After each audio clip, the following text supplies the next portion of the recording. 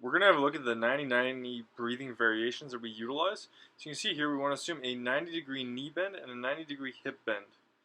That's going to be our starting position where we're going to then have the low back flattened out against the ground. We want to work on having nice deep inhalations and exhalations. During the exhalation, we really want to blow out through the mouth and compress that rib cage down. As we go into the 90-90 breathing with hip lift, we're going to focus on utilizing the hamstrings to pull the hips up off the ground and create a posterior pelvic tilt.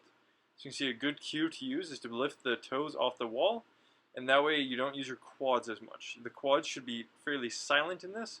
We just want to have a small lift, so you can see there the pelvis is just slightly lifted from the ground. You can think belt buckle to chin. During this positioning, we're going to do the same thing, so we're doing those nice deep breaths, inhaling through the nose, exhaling through the mouth.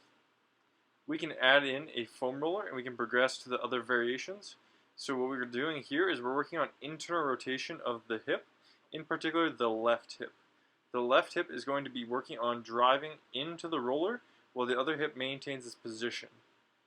We can then add in a rotation, so that's going to be where the hips are then going to work on translating in opposite directions.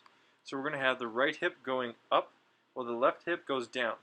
Generally, we see individuals that have asymmetrical hip rotation, and we're trying to work on addressing that through the utilization of having the right hip drive up and go into more external rotation, while the left hip goes down into more internal rotation. So we're going to have a different view here to work on this concept more. So you can see here, this is the initial 90-90 breathing. Again, this is without a hip lift, so this is just silent, nice, relaxing, calming breathing. Then we can lift the toes, work on the hamstrings to do the hip lift, and this is to create that posterior pelvic tilt or belt buckle to chin positioning.